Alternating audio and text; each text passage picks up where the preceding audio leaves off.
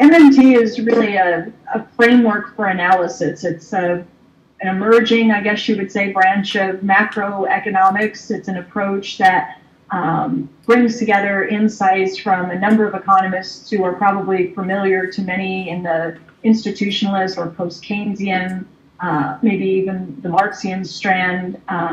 People like Hyman, Minsky, Wynne Godley, Keynes, John Maynard Keynes, Abba Lerner, and a number of others. But we sort of just take what we perceive as the most important insights from a number of economists, and we sort of build and layer those insights, and what comes out of it is an approach that's been called, not so much by us initially, but by others, as modern monetary theory. What MMT does is try to focus people's attention on the power of the state to create money, the fact that money in the modern era is not inherently limited, that it is a fiat currency, right? It's created by fiat. Modern governments create money by spending it into existence. And so they don't have to go out and get the currency, get money from someone who has it in order to spend,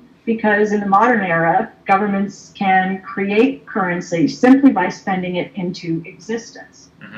We're not on a gold standard anymore. We don't have the types of monetary systems that are described in most of the textbooks, and yet we behave as if our policy choices are constrained by those old monetary systems that may have existed in the past, where countries adopted gold standards and then faced constraints as a consequence in terms of how much money they could safely spend.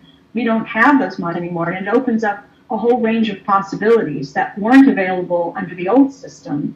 And I think that policymakers, most economists, just haven't fully recognized the significance of going off of the gold standard and moving to a pure fiat money system. And because they don't recognize the significance, they fail to take advantage of the possibilities, the policy space that's available under the current monetary system.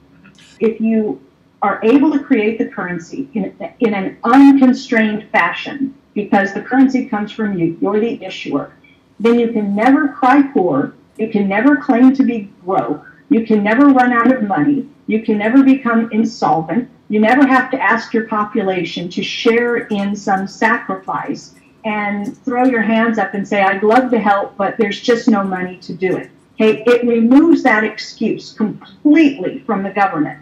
Of course there's the money to do it. The question is, are there the real resources to do it?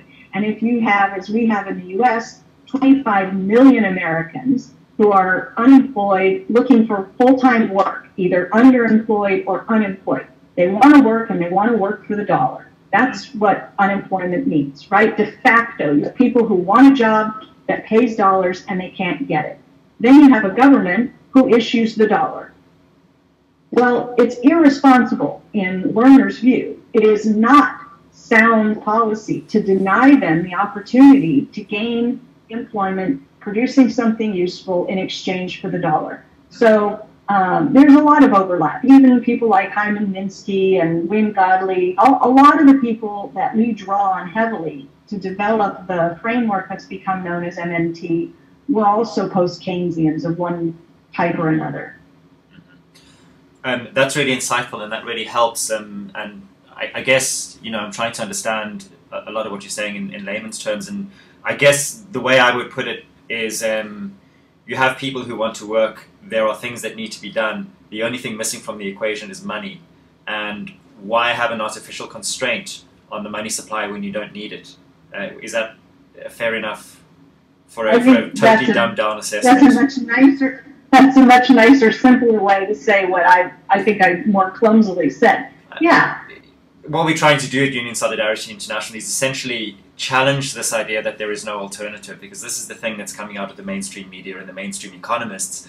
Everyone is saying there is no alternative. This is the only way things can be done. What we'd like to do is make people aware that there are alternatives. There are plenty of rational ideas that people have that could turn the world economy around and actually change things quite dramatically for the better. So it really helps us to hear this and to know that there is, big bodies of evidence and bodies of work which demonstrate this.